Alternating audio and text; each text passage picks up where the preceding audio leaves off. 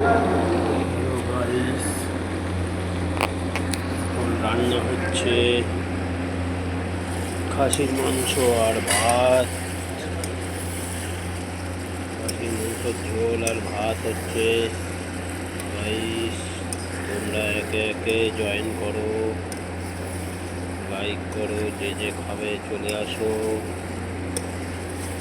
ভাত হয়ে গেছে, এখন খাসির মাংস হচ্ছে পেঁপে আলু দিয়ে।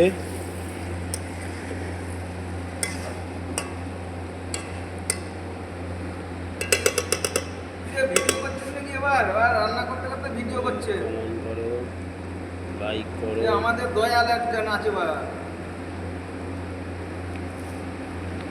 এটা কি করছিস? খাসি দিবি কি গ্রুপে?